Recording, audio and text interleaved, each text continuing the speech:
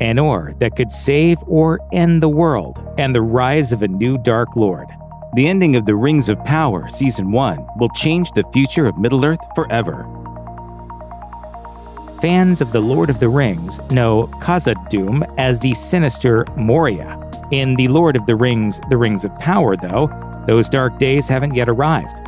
Instead, fans are introduced to a magnificent subterranean kingdom at the zenith of its glory. As Season 1 plays out, the primary dwarven plot lines form around King Durin III, his son, Prince Durin IV, and Durin IV's wife, Princess Disa. Tensions rise as Prince Durin discovers mithril in an abandoned mine. It turns out that the elves need this ultra-precious metal to prevent their spirits from fading. The king refuses to help his allies, for fear of darker repercussions from the land's many secret dangers. Delving into depths beyond the darkness, tempting shadow, rock, and mine, to bury us all beneath the mountain. But his son wants to help the elves, especially his friend Elrond. The two remain in conflict, which causes a rift in the family, and the elimination of Prince Durin's claim to the throne.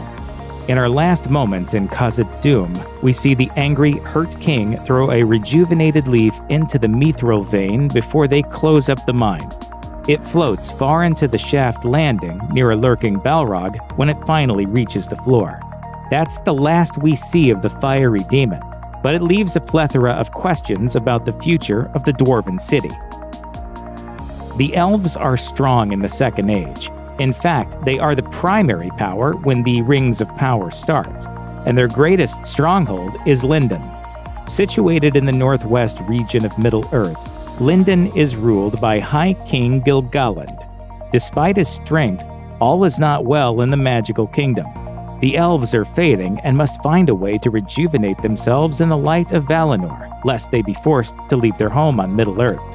This leads to an ongoing struggle as Gil-galad schemes with Celebrimbor, lord of distant Eregion, to find a solution to their dilemma. Eventually, an apocryphal tale about mithril is brought up, and they manipulate Elrond into trying to recover some of the miracle metal from the dwarves. In the end, Lindon is spared its doom, as the 3 elven rings are forged in time using the small sample of mithril given to Elrond as a gift to keep the elves in Middle-earth. It's a good thing, too. The Elvish Kingdom will provide a lot of the muscle in the coming wars with Sauron. Throughout Season 1, the Elvish territory of Eregion, located near the western entrance to Khazad-dûm, is little more than a footnote to the story. We see a couple of meetings between Elrond and Celebrimbor, and a few shots of a giant forge being built. It isn't until the season's end that the region steals the limelight, specifically its capital city of Ost-in-Edhil, which means Fortress of the Eldar.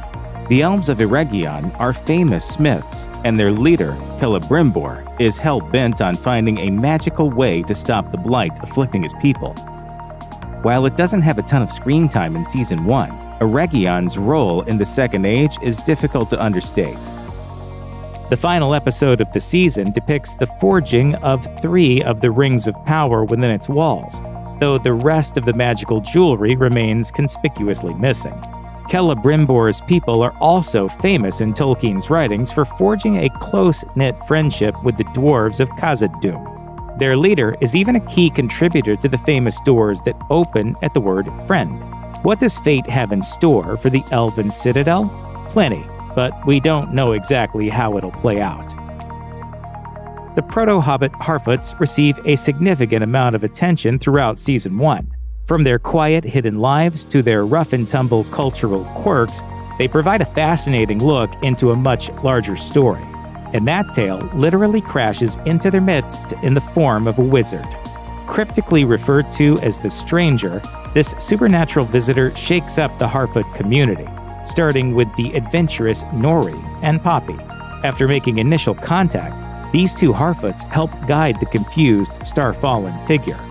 They bring him along on their migration until his usefulness as a protector and his inherent goodness win over the rest of their group, including their leader, Sadok. In the end, Sadok, Poppy, Nori, and Marigold help the Stranger overcome a trio of evil mystics who emerge from Rhûn. Though the invaders are defeated, Sadoc loses his life in the scuffle, leaving a leadership gap that the orphaned Poppy seems ready to fill. Nori parts ways with her people in the finale, joining her friend as he sets off to search for answers. If I turn around, I won't ever be able to leave. Well, then, perhaps it would be best if you lead off. Tolkien's island nation of Numenor is one of the most famous locations of the Second Age. When Galadriel and Halbrand, later revealed to be Sauron, arrive on its shores, they find a nation of men who, like the dwarves of Khazad-dûm, are at the peak of their glory. And yet, all is not well on the star-shaped island. As the season continues, we discover that the king, Tar Palantir, has been pushed from power due to his pro-elvish beliefs. His daughter, Miriel, rules in his stead and struggles to keep the peace between the traditional faithful and the progressive king's men. Pharazôn, chancellor and cousin to the queen regent, clearly harbors anti-elvish sentiments, fears death, and is scheming to exploit resource-rich Middle-earth. Even the minor noble line of Elendil is hurting, with the future king and his family mourning the loss of their matriarch when the story begins. Everywhere they turn, the Númenóreans are struggling. Even when they sail to Middle-earth to help the Southlanders, they walk into a volcanic catastrophe and hightail it back to Númenor to regroup. The question is, how will this slowly crumbling nation overcome its latent flaws as time goes on, especially with Sauron aware of its jaw-dropping potential? In The Lord of the Rings, Mordor is a nearly impenetrable hellscape the Dark Lord has called home for centuries. But in The Lord of the Rings of Power, the realm doesn't exist yet. Early in the season, it's slowly revealed that a group of orcs, led by a twisted elf called Adar, is creeping into an area known as the Southlands. Things look dicey, but the real danger doesn't reveal itself until the end of Episode 6, when Mount Doom is unleashed. The entire area is turned into a fiery heap of volcanic ash, instantly creating Mordor. The establishment of Mordor is a big deal. In the source material, this event provides Sauron with a home base where he can plot, scheme, and gather his armies. Though Mordor is created in The Rings of Power, it isn't Sauron's home base yet. But the last thing we see is the newly revealed Sauron heading into the area. There's a lot more to come as the power struggle shakes out in the Land of Shadow. The Southlanders' homeland is destroyed halfway through Season 1 of The Rings of Power. Before that point, they're established as a tough group of men contending with a combination of their own past sins and the elves' perpetual power. When Adar and the orcs show up, the Southlanders are forced to choose between good and evil. Many of them quickly return to their old ways, but the rest resist, led by town healer Bronwyn and her elvish beau, Arondir. Thanks to some timely aid from Númenor, they win the initial fight, only to see their lands devastated by Mount Doom. Ultimately, the Southlanders make their way out of newly minted Mordor and head for Pelargir. In the source material, this Númenórean colony is a key city of the faithful and a crucial urban center of future Gondor. This could bode well for the Southlanders headed that way as the season ends. However, it remains to be seen if this settlement will hold the same geopolitical weight in the Rings of Power. Halbrand, one of the characters fans suspected was Sauron, ends up unmasking himself as the Dark Lord just before Season 1's credits roll. Until this point, he masquerades around Middle-earth under the guise of a dispossessed southern king called Halbrand. In that persona, he saves Galadriel at sea, only to be talked into reclaiming his kingdom by the elf warrior. After a lot of heroics, Halbrand gives Celebrimbor some very specific and suspicious smithing advice. This is the kind of insight that a lowly mortal human should never be able to casually offer the world's greatest living craftsman. After nudging the smith of Eregion into creating some circular jewelry, Halbrand's disguise is revealed thanks to Galadriel's investigative work. This leads to a confrontation, in which Sauron reveals who he is, walks Galadriel through a semi-convincing vision, and even makes her a tempting offer. You would make me a tyrant. I would make you a queen.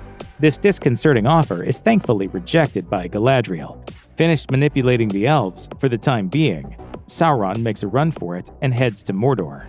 we see him entering the Land of Shadow with his cape billowing behind him and a sly grin on his face before Season 1 fades to black. Sauron has a long upward trajectory throughout the Second Age before he's brought to ruin by the events many know from the opening sequence of Peter Jackson's The Lord of the Rings, The Fellowship of the Ring.